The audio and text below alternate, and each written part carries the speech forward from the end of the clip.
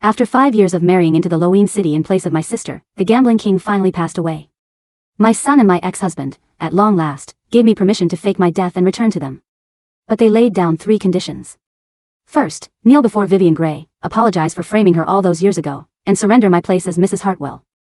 Second, work as a live-in maid for my own son for 5 years, and never show up at his school in my former identity as the reigning queen of the nightlife scene, lest I embarrass him. Third, drink an abortifacient to destroy my fertility forever, as recompense for the infertility I once caused Vivian. My lady, you've endured 5 whole years just to earn your freedom. How dare they humiliate you like this? My maid's eyes were red, burning with indignation on my behalf.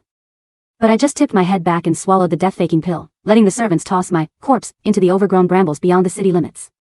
Then, from the mud and weeds, I crawled back to the Hartwell mansion, one knee at a time. Day 1, I knelt as ordered and signed over custody of my son without a fight.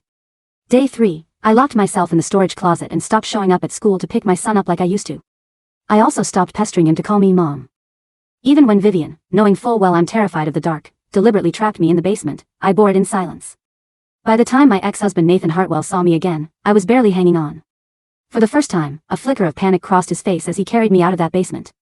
But my son just sneered. It's just another stunt to win our sympathy. When he caught the tears welling in Vivian's eyes, Nathan coldly dropped me to the ground. Always scheming against Vivian with your dirty tricks, aren't you tired of it? Right then, the system chimed in my ear. Please proceed to the disposable ex-wife death node to complete the storyline and return to your original world. I let out a quiet laugh. Not tired at all. And with that, I turned and dove straight into the swimming pool beside me. As the icy water rushed over my face, the bone-chilling cold seeped into every limb. My body ached. But I felt only relief. I closed my eyes and waited for the suffocation to take me, when suddenly, a hand with brutal force grabbed me from behind and yanked me back to the edge. Through blurred vision, I saw Nathan Hartwell's eyes rimmed red. His voice carried a tremor he didn't even seem to notice. I said a few words to you. Was that really worth going this far? He reached out to carry me to the private doctor. But the moment his fingers brushed my soaked clothes, Vivian Gray's sobs cut through the air like a knife. Tears streamed down her face. She looked so fragile, a gust of wind could have knocked her over. Elena, if you resent me, if you hate me, come at me. Why do this to yourself? I felt guilty ever since we sisters got separated as children, and you ended up in that life. Seeing you like this now just breaks my heart. She reached out to steady me. Afraid she might cry again, Nathan softened his voice and said, "This isn't your fault. Don't blame yourself." Then he instinctively stepped aside to make room for her. But the moment Vivian's fingers brushed my sleeve, she lurched violently. She let out a sharp gasp as she tumbled straight into the pool. At the same time, a crisp slap cracked across my cheek. My face instantly burned with searing pain. I looked up and met the fury in my son Nathan Jr.'s eyes. Seeing me stare at his raised left hand, the teenager froze for a split second, then sneered, "Mama Viv was just trying to help you, and you were cruel enough to push her in. You deserved that." By then, Nathan had already dove into the water, cradling the sopping wet Vivian tightly in his arms. When he turned to look at me, the cold in his gaze could have frozen me solid. 5 years in the Hartwell house, and you haven't changed one bit. You want to die? Then go ahead, jump. I won't stop you this time. I knew he was speaking in anger, but I couldn't find it in me to smile. By now, I was long used to these men, father and son, blindly blaming me, always taking her side. I didn't lose my mind like I would have 5 years ago. I just braced myself against the stone edge of the pool and, under their icy stares, dove again, straight into the deepest end of the 3-meter pool. Elena. Nathan's voice cracked as he shouted my name, his instinct to save me kicking in. But then Vivian's faint cough and soft sobs reached his ears. Everyone says Elena is such a strong swimmer, why is she putting on this act? Watching my motionless figure sinking beneath the surface, Nathan froze mid-step. His face darkened to an ugly shade. Nobody move. Let's see if she actually has the nerve to go through with it. After barking that warning at the staff, Nathan scooped up Vivian and walked away without so much as a backward glance. He forgot, I told him countless times before, I've been terrified of water since I was a child. I can't swim. Nathan Jr. didn't leave right away. He just stared coldly at the water and said, "Mom, it'd really be better if you just died. That way, I'd only have one mom, Mama Viv." His words pierced through the layers of blue water and drilled into my ears. The suffocation was overwhelming. Even my heart felt heavy and raw. But still, I didn't struggle. Didn't call for help. I just let myself sink, inch by inch. Because the truth was, I really did want to die. The moment the servants scattered, the last wisp of air left my lungs. My soul drifted weightlessly out of my body. I hovered in a daze, half-transparent, and softly asked the system in my mind, "Can you transmit me now? I want to go home." But the system's mechanical voice was flat and unyielding. "Only once the male and female leads acknowledge your death can you exit this world." I paused for a moment, then let it go. I'd survived decades. What was a little more waiting? I was certain that Nathan, who couldn't stand to be apart from me for even a minute back then, would come looking for me like a madman within half an hour at most. But I waited from dawn to dusk, and from dusk until ice formed on the pool. His familiar figure never appeared. Something hollowed out in my chest. Against my will, I drifted toward the villa. The moment I passed through the door, a warm scene unfolded before me. Nathan had his arm gently around Vivian, leaning down to teach her how to paint. Our son, Nathan Jr., curled up beside them, his face full of adoring smiles. And the woman in the painting, she looked almost like me. Except for one detail, at the corner of her eye, there was a delicate, alluring mole. My heart clenched violently. A bitter sting flooded my eyes. So my life and death weren't even worth the time it took to paint Vivian a picture. All my certainty from before suddenly turned into a blade aimed at my own chest. I fled the courtyard in humiliation, heading for the peach grove in the back, my favorite spot, where I'd hoped to find some small comfort. Instead, I found the servants swinging shovels, hacking at the roots of the peach trees. One worker, hesitating with a saw in hand, asked uncertainly, "Did Mr. Hartwell really order this?" I remember, he had these trees shipped all the way from Loween City 10 years ago, just to make Madame Elena happy. The head butler scoffed and sneered, "That's ancient history. These days, the lady of the Hartwell house is Vivian Gray, the eldest daughter of the Gray family. That has been from the brothels. She doesn't deserve to set foot in a place this nice, let alone keep it. Chop away." Mr. Hartwell and the young master only have eyes for Madame Vivian now. With that, the peach trees crashed to the ground one by one. Delicate pink blossoms scattered across the dirt, trampled underfoot, ground into dust. Staring at the ruin before me, decades of memories surged back like a tidal wave, drowning me. The butler was right. Nathan loving me, that was a very, very long time ago. 10 years ago, his heart belonged to no one but me. When we first met, he bid on my first night and bought my freedom. He took on his family's punishment, enduring their opposition, just to marry me. Back then, he held me close and whispered, "Elena, from now on, I'll never let you be alone again." For the first 5 years of our marriage, after I gave birth to Nathan Jr., we were still as in love as ever. Then the patriarch of the Gray family came looking for me, and I learned the truth. I was the twin sister of Vivian Gray, the famous university professor back home. She cried and apologized, saying it was her fault that I'd been separated from our family all those years ago. And to make up for it, she insisted on moving into the Hartwell house to help care for and educate my son. And she lived up to her reputation as the only female professor at Loween University. Within 2 weeks, Nathan's gaze was glued to her. Our private conversations, once filled with the small, ordinary details of our life, became nothing but Vivian this, Vivian that. He'd always say, "If you'd never ended up in the nightlife scene, would you have been like your sister, brilliant, accomplished, captivating?" Even my son, Nathan Jr., began to pull away. The clingy little boy I once knew turned into a cold, distant young man. He even forbade me from picking him up at school anymore, because my background had made him a laughingstock among his classmates. Back then, I swallowed the bitterness and told myself they were just protecting their pride. But then, on my birthday, I found Vivian, disheveled and half-dressed, curled up in Nathan's arms. And I knew. Everything had changed. That night, I completely fell apart. At the Hartwell family banquet, I went mad, overturning tables, smashing everything within reach. Shards of glass sliced across my arms, and blood instantly soaked through my sleeves. Nathan rushed over, pulling me into his arms, his face full of anguish and regret. He even pounded his own chest with his fists. "Elena, I was drugged. I never meant to betray you." His voice was low, pleading, every word earnest. But once I'd calmed down slightly, his tone turned heavy. "Vivian was wronged. I have to take responsibility for her." He said he'd only make Vivian his wife for 5 years. I refused with everything I had. In those days, I raged at him day and night, each word dripping with blood and tears. I called him ungrateful, a traitor to the vows he'd made, someone who'd turned into another woman's refuge in the blink of an eye. He tried to soothe me with patience, but he never wavered. Not until I nearly killed myself from self-harm did he finally agree to cut ties with Vivian. But fate had other plans. Vivian turned out to be pregnant. I could no longer stop it. All I could do was watch helplessly as he took her overseas to register their marriage, making her the other lady of the Hartwell house. Then came the recognition banquet in Loween City. Vivian finally dropped her fragile act. Her words came out cold as ice. "I lost you on purpose back then. Elena, why were you smarter than me as a child? Why did you hoard all of our parents' affection? There's only room for one cherished daughter in the Gray family, and that's me." She didn't bother hiding her true intentions. She wanted our parents' love all to herself. She wanted all the glory and beauty the world had to offer. So when she learned I was happy, she sent our father to find me, to get close to my home, to take everything I had.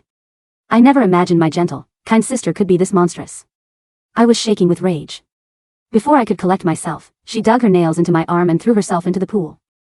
And that scene was witnessed by the gambling king, the patriarch of Loween City's most powerful dynasty. Struck by Vivian's beauty, the old man's lust got the better of him. He demanded she become his 13th concubine. The Grays were a minor family. They didn't dare refuse. On the spot, Vivian miscarried. She would never bear children again. She collapsed before me, sobbing pitifully. Fine, you didn't want me to marry Nathan, you made that clear with all your schemes. But why did you push me into the water, make me lose my child, and force me into the gambling king's bed? I couldn't defend myself. And no one around me was willing to believe a word I said. My son shoved me hard. Nathan's gaze toward me turned utterly cold, empty of any remaining trust. Looking at the marriage contract sent by the gambling king, Nathan said sternly, Elena, when you do wrong, you have to make it right. As his fingers traced over my face, identical to Vivian's, his eyes were as indifferent as if he were examining something worthless. The gambling king won't be able to tell you apart. And just like that, he pushed me into the abyss with his own hands, forcing me to take Vivian's place and marry into the gambling king's household in Loween City. Everyone knew the gambling king had beaten several of his concubines to death. Under his endless torment, I nearly died more times than I could count. And it was in that despair that all my memories finally came flooding back. I remembered, I was really Pearl Gray, an ordinary college student from another world. 25 years ago, to save my mother from cancer, I'd made a deal with the system to come to this world. My role was to play Nathan Hartwell's disposable ex-wife, a character everyone despised. My mission, to stir up conflict, push the male and female leads together, and die before them exactly 10 years into the marriage. At first, I'd come with that mission in mind, but somehow, I'd lost my memories and fallen hopelessly, genuinely in love with Nathan. Now, two sets of memories clashed inside me. I couldn't tell if I was Pearl or Elena Gray. Just then, my mother's voice reached me across time and space. Baby, mommy is waiting for you to come home. And then I was awake. From that moment on, I stopped fighting the gambling king's abuse. I stopped sending messages to the outside world. I stopped hoping Nathan would remember our past and rescue me. For 5 years, I watched coldly as he and Vivian built their perfect love story, as I clawed my way into becoming the matriarch of the gambling king's household. Because if I wanted to complete the mission, first I had to survive. 5 years passed in the blink of an eye. I survived that devouring Loween City dynasty, and then the gambling king died suddenly. Nathan and Nathan Jr. finally sent word, I was permitted to fake my death and come home. But the 3 conditions attached to that message were nothing but humiliation. Even the servants were outraged on my behalf. But all I wanted was to go home, to return to my mother's side. So I faked my death and came back to the Hartwell house, becoming exactly what they wanted me to be, silent, submissive, invisible. No more fighting. No more tears. After all, I was never anything more than a traveler who was desperate to go home. Now, I was truly dead. And the moment Nathan found out, I could leave this world for good. So why should I keep grieving over everything that came before? I brushed away the last trace of dampness at the corner of my eye, turned my back on the ruined peach grove, and felt nothing, not a single ripple in my heart. Over the next few days, I drifted like an outsider, watching the 3 of them, father, mother, son, live their perfect, harmonious life. No one in the Hartwell household mentioned me. No one noticed I was gone. Not that it surprised me. After all, my living quarters were in a storage room in a small building several hundred yards from the main villa. Hardly anyone ever went there. It made perfect sense that no one knew I'd died. And Vivian, of course, wouldn't let me be forgotten for long. She'd make sure Nathan grew to despise me completely before she was satisfied. But there was one thing I never expected. The first person to find my body was the very boy I'd protected and nurtured with everything I had back in the gambling king's household. That boy was now the head of Loween City's most powerful dynasty. His name was Sebastian Young. He stood tall by the pool, cradling my long cold body in his arms, his expression dark and unreadable. My heart faltered for a moment. I remembered the day he took over the gambling king's empire, how he'd looked me in the eye and sworn, I will never let you down, for as long as I live. Back then, I'd faked my death partly to escape that very feeling, a feeling I could never return. People always develop feelings when they've been through the fire together. But I had only one goal, to leave. I could give him nothing.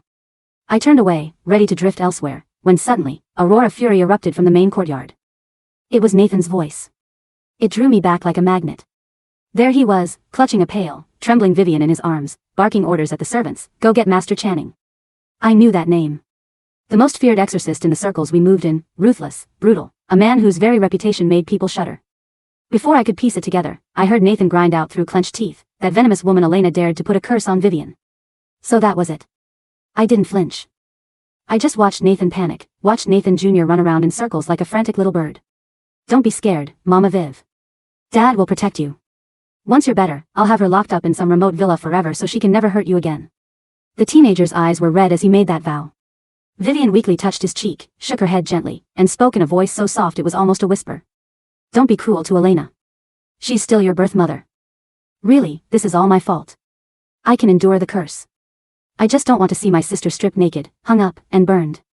She didn't even finish the sentence before she coughed up a mouthful of blood and went limp. Nathan's eyes blazed red. He pressed his hand over her lips, his voice savage with pain. Stop defending her. If anyone owes anyone, she owes you. If I hadn't met her first, the woman I married with honor and ceremony would have been you. They clung to each other, tragic, devoted, desperately in love. I hovered above them and let out a quiet, bitter laugh. Nathan had always despised schemes and underhanded tricks. If he ever found out about all the filth Vivian had done behind the scenes, his face would be a picture. But more than that, I was glad because he was finally coming for me. I watched him kick open the door to my shabby little room, watched him rage when he couldn't find me there. My smile grew wider and wider. And then, just as he was fuming in frustration, the butler, whom he'd sent to search the entire estate, came running back in a panic. Mr. Hartwell, Madame Elena is by the pool, but... The man was trembling so hard he could barely speak. Nathan didn't wait for him to finish. He stormed toward the pool. Before he even got close, he was already bellowing, Elena, if you dared to curse Vivian, don't blame me for handing you over to Master Channing and making you wish you were better off dead. Nathan Jr. was right behind him, his eyes dripping with disgust. We never should have allowed you to come back. They were coming for me with nothing but vengeance on their minds, ready to drag me to the exorcist to break Vivian's curse. But as they got closer, Sebastian slowly turned around. Mr. Hartwell, he said, his voice flat and cold, why don't you tell me, how could a woman who's been dead for 7 days have cursed your wife today? The silence that followed Sebastian's words was heavy, suffocating, and absolute. Nathan Hartwell froze, his hands still half raised from where he had been, gesturing in fury. Behind him, Nathan Jr.'s angry sneer faltered, his eyes darting from Sebastian's cold, dark face to the limp form cradled in the younger man's arms. What nonsense are you talking about?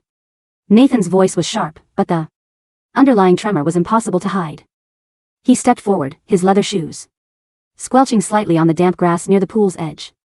Sebastian Young, I know you became the head of Loween City Syndicate, but this is the Hartwell estate. If Elena contracted you to play out some elaborate hoax to escape her responsibilities, you can tell her the act is over. An act? Sebastian's lips curled into a humorless, terrifying smile. He did not look up at Nathan. Instead, his gloved fingers gently brushed a strand of wet hair away from my sunken, pale cheek. My soul hovered just inches above them. From this angle, I could see my own face. It was a grotesque sight, skin a translucent, bluish gray, lips completely drained of color, and fingers stiffened into tight, unnatural curves. A week in. The freezing, neglected depths of the pool had preserved the body to some extent, but the reality of decomposition was undeniable. Take a look at her, Mr. Hartwell, Sebastian whispered, his voice vibrating with a quiet, lethal rage. You are a man of education. Do you need me to explain what happens to human skin after 7 days of immersion in freezing water? Do you need me to point out the livor mortis pooling in her lower limbs? Nathan Jr. took a step back, his face turning an ash gray. No, she was just standing here a few days ago. She pushed Mama Viv. I slapped her. He looked down at his left palm. The memory of the impact seemed to burn him. She got up. She jumped in. She's a good swimmer. She's always been a good swimmer. She couldn't swim a single stroke, Sebastian interrupted, his voice dropping an octave, cutting through the boy's frantic denials like a blade. She was terrified of open water since she was a child. Did you truly not know that, young master? Or did you simply choose to believe the lies of the woman who usurped her place? Nathan's chest heaved. He wanted to scream, to call Sebastian a liar, to demand that I stand up and stop this ridiculous stunt. But his eyes, despite his mind's frantic resistance, were drawn to my hands. My fingernails were torn, caked with dark, dried blood, not from struggling against the water, but from where I had clawed at the concrete steps of the pool. Days ago, trying to drag my exhausted, battered body out before my strength ultimately failed. Elena. Nathan's voice cracked. He reached out, his hand shaking violently as he tried to touch my shoulder. Don't touch her, Sebastian spat, turning slightly to shield my body with his own shoulder.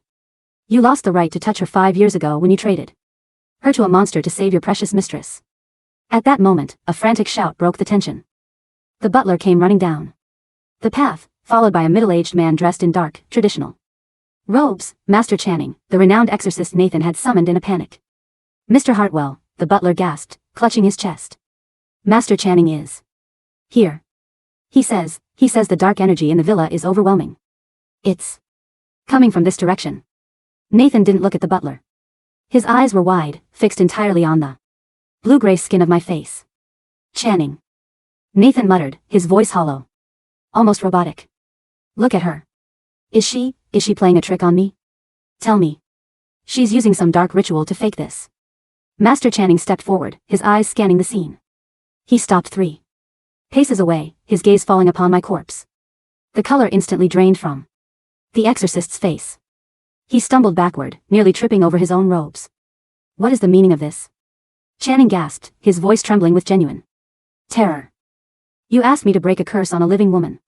But this body has no life left in it. The soul departed days ago. There is no curse here, Mr. Hartwell. Only the lingering grief of a violent death. Nathan's knees buckled. He fell to his knees on the damp concrete, his hands clutching his head as if trying to hold his fracturing sanity together. No, he whispered, a single tear escaping his eye, cutting a clean path through the dirt on his face. No, she can't be dead. I didn't mean for this to happen. Above them, my soul watched in silence. The system's mechanical prompt remained quiet in my mind. The realization was starting, but it was not yet complete. They had to acknowledge not just the physical fact of my death, but the weight of what they had done. What do you mean, she's dead? A sharp, hysterical voice shattered the grim atmosphere by the pool. Vivian Gray stood at the edge of the clearing, wrapped in a thick cashmere shawl. She looked incredibly frail, her face pale, leaning heavily on a young maid for support. But her eyes, as they swept over the scene, were sharp, frantic, and filled with a desperate calculations. Nathan, she cried, rushing forward with weak, stumbling steps. Don't let them deceive you. Elena has always been cunning. She knows Sebastian Young. She probably used some drug from Loween City to make herself appear dead. She wants to ruin our family, Nathan. She wants Nathan Jr. to hate me. Nathan didn't move. He remained on his knees, staring blankly at the ground. Sebastian slowly stood up, still cradling my body. His tall, imposing frame cast a long shadow over Vivian. The coldness in his eyes was so intense that Vivian instinctively took a step back, her hysterical cries dying in her throat. Vivian Gray, Sebastian said, his voice flat and dangerously calm. You survived Loween City because Elena protected you. The gambling king wanted you because of your beauty, but it was Elena who traded her own freedom, her own body, to take your place. And this is how you repay her? I didn't ask her to. Vivian shrieked, her voice turning shrill. She pushed me first. She made me lose my baby. She deserved everything she got. Did she? Sebastian reached into his coat pocket and pulled out a thick, leather-bound folder. He tossed it carelessly at Nathan's feet. 5 years ago. The medical records from the Loween City Central Hospital were sealed. But I am the head of the Young family now. Nothing remains hidden from me. Nathan slowly looked down at the folder. With trembling fingers, he opened it. Inside were pages of medical reports, dated 5 years ago, the night Vivian allegedly miscarried after being pushed into the pool by me. Read it, Mr. Hartwell, Sebastian commanded. Read the pathology report from the day Vivian was admitted. Nathan's eyes scanned the pages. His breath hitched. This says she was never pregnant. The uterine lining, the hormone levels, it was all fabricated. She took a high-dose hormonal cocktail to simulate the symptoms of a early-stage miscarriage, Sebastian explained, his voice dripping with disgust. She knew the gambling king was looking for a new concubine. She knew her family was planning to send her. So she staged the incident by the pool, blamed Elena, and forced your hand. She made you send her own sister into that hellhole so she could remain the pure, untouched Professor Gray of Sovell University. Nathan Jr. stared at the papers in his father's hands. He snatched them away, his young eyes scanning the medical jargon. No. Mama Viv wouldn't lie to us. She loves me. She's the one who stayed with me when my real mother abandoned me. Abandoned you? Sebastian let out a sharp, mocking laugh. Your mother was locked in a cage in Loween City, beaten until her bones fractured, because she refused to let the gambling king's men touch her. She did it to keep her dignity, to remain Mrs. Hartwell in her heart, even when her husband had already signed her away. Sebastian stepped closer to Nathan Jr., his gaze piercing the teenager's soul.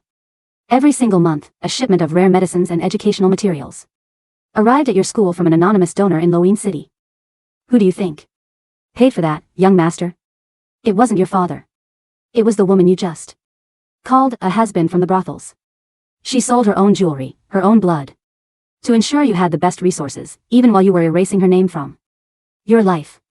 Nathan Jr. staggered backward, his face completely drained of color. He looked at his left hand again, the hand that had struck me. I didn't know, the boy whispered, his voice cracking into a sob. She never told me. Why didn't she ever tell me? Because she didn't want you to feel guilty, Sebastian said softly, a trace of gentleness appearing in his voice only when he spoke of me. She wanted her son to live a bright, clean life, untainted by the shadows of her past.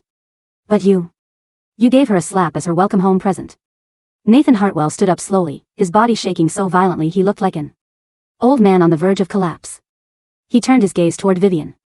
The warmth, the devotion, the protective instinct that had defined his relationship with her for the last 5 years, all of it vanished, replaced by an empty, terrifying hollow.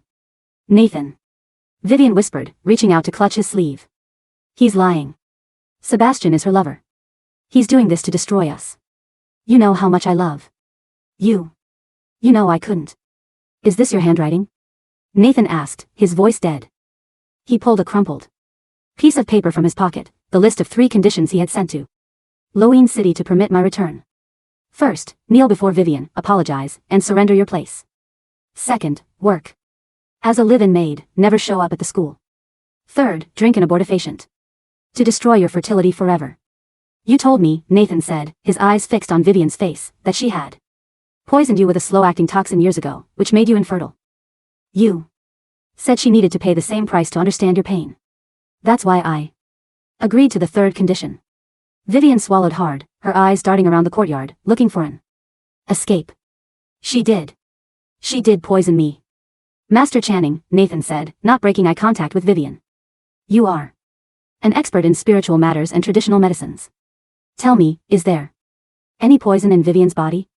Master Channing shook his head, his face solemn. None, Mr. Hartwell. Madam. Vivian's pulse is strong. Her vital organs are perfectly healthy. The blood she coughed up earlier, if I am not mistaken, it was merely the result of a small, self-inflicted cut inside her lip. There is no curse. There is no poison. A horrible, strangled sound escaped Nathan's throat.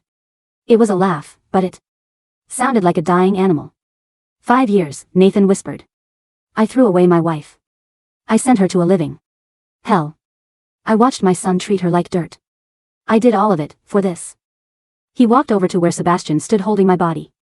Give her to me, Nathan pleaded, his voice cracking. Please, Sebastian. She's my wife. Let me hold her. I need to take her inside. The water is too cold. She's always hated the cold. Your wife? Sebastian's eyes flashed with pure hatred. She died the moment she jumped into this pool, Nathan. She died because you told her to jump. She died because her own son told her it would be better if she were dead. Nathan Jr. collapsed onto the grass, burying his face in his hands, weeping uncontrollably. Mom, I'm sorry. Please, wake up. I won't call Mama Viv my mom anymore. I'll tell everyone you're my mother. Just, please, don't leave me. Above them, I felt a strange pull. The system's voice finally chimed in my ear, no longer flat and mechanical, but carrying a faint trace of urgency. The male and female leads have fully acknowledged your death. The disposable ex-wife death node is 90% complete. Please prepare for immediate departure once the final acknowledgement is recorded. I looked down at Nathan and my son. I felt no satisfaction in their tears. I felt no anger at Vivian's exposure. The love that had once burned so brightly in my chest for Nathan, the fierce maternal instinct that had kept me alive through the horrors of Loween City, all of it had been ground into dust long before I jumped into the pool. I was just so tired. Sebastian, I whispered, though I knew he couldn't hear me. Let me go. Take my body away from here. Don't let them keep it. As if sensing my voice on the wind, Sebastian tightened his grip on my cold corpse. He turned his back on Nathan and began to walk toward the gates of the estate. Stop him. Nathan roared, his eyes wild as he tried to give chase. That's my wife. You can't take her.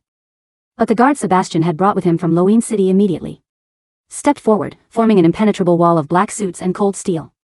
Nathan was thrown to the ground, his expensive suit stained with mud and pool Water, looking utterly pathetic as he screamed my name into the darkening sky. 3 days later, the rain in Loween City was relentless. The Hartwell mansion, once a symbol of prestige and modern elegance, felt like a tomb.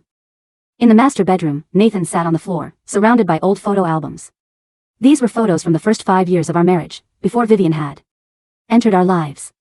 In every photo, my smile was bright, my eyes filled with a pure, uncomplicated love for the man standing beside me. Why did I do it? Nathan whispered to the empty room, his fingers tracing the curve of my face in a faded picture. She loved me so much. She gave up everything for me. The door opened slowly. Nathan Jr. stood in the doorway. In just 3 days, the teenager had lost a significant amount of weight. His eyes were hollow, surrounded by dark circles.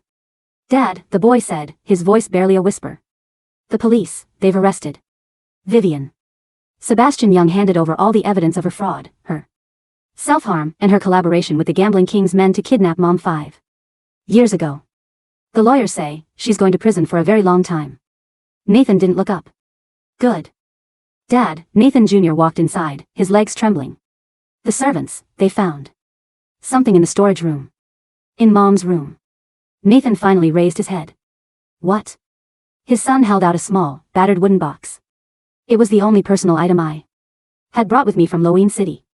With shaking hands, Nathan took the box and opened it. Inside were no jewels, no money, and no letters of accusation. There were only 3 items.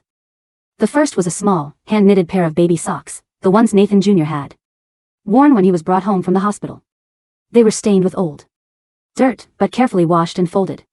The second was a dried, pressed peach blossom, completely preserved inside a small plastic sleeve. On the sleeve, in my neat handwriting, was a date from 10 years ago, the day Nathan had planted the peach grove for me. The third was a small, white pill, the second half of the fake death medicine I had taken to escape Loween City. Beside it was a small note, written in a hurried, trembling hand. "To Nathan. I am returning your son to you, safe and whole. I am returning your freedom to you, untouched. Do not look for me. Do not try to find me. The Elena who loved you died 5 years ago in Loween City. The woman who returned is only a ghost, looking for her way home. Please, let me go." Nathan stared at the note. The words blurred as his tears fell onto the paper, smudging the ink. "A ghost," he whispered. "She was already dead when she came back to us. And we just kept killing her over and over again." At that exact moment, a violent shudder ran through Nathan's chest. He clutched his heart, falling forward onto the photos scattered on the floor. He finally understood. The woman who had knelt in the mud, who had signed away her custody without a fight, who had locked herself in the dark closet, she wasn't scheming. She wasn't trying to win his sympathy. She was simply waiting for the end. She was checking off the items on a list of debts she believed she owed, so she could finally leave this world without a single tie binding her to him. "Elena!" Nathan cried out, his voice filled with a despair so profound it shook the very walls of the room. "I'm sorry. I'm so sorry." Nathan Jr. fell to his knees beside his father, clutching the baby socks to his chest, his tears soaking the old fabric. "Mom. I'm sorry. Please, come back. I'll be good. I'll never slap you again. Please." The male and female leads have fully, unconditionally acknowledged your death. The disposable ex-wife death node is 100% complete. Pearl Gray, your mission is accomplished. The portal to your original world is now open. Returning in 5, 4, 3. The pull was instantaneous. The cold, damp atmosphere of the Hartwell mansion faded away, replaced by a warm, blinding white light. I felt my soul rising higher and higher, leaving behind the dark pool, the weeping husband, the broken son, and the ruins of a life that had never truly belonged to me. But before I plunged completely into the light, I felt a gentle warmth wrap around my hand. I turned my head. Through the fog of the transition, I saw Sebastian Young. He was standing in a quiet, beautifully kept cemetery on a hill overlooking the sea. In front of him was a simple, elegant headstone of white marble. It bore only one name: Elena. He was placing a fresh branch of peach blossoms onto the stone. "I know you wanted to go home," Sebastian whispered into the wind, his eyes soft, free of the coldness he had shown to the Hartwells. "I won't let them disturb you here. Go safely, my lady. Your storm is over." I smiled. A single, genuine tear of gratitude slipped from my soul's eye and fell onto his shoulder like a drop of warm rain. Thank you, Sebastian. And then, the world shattered into a million fragments of starlight.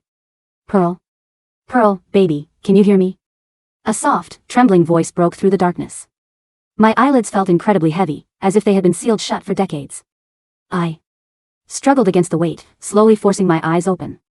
The harsh scent of antiseptic filled my nose. The ceiling above me was made of clean, white acoustic tiles.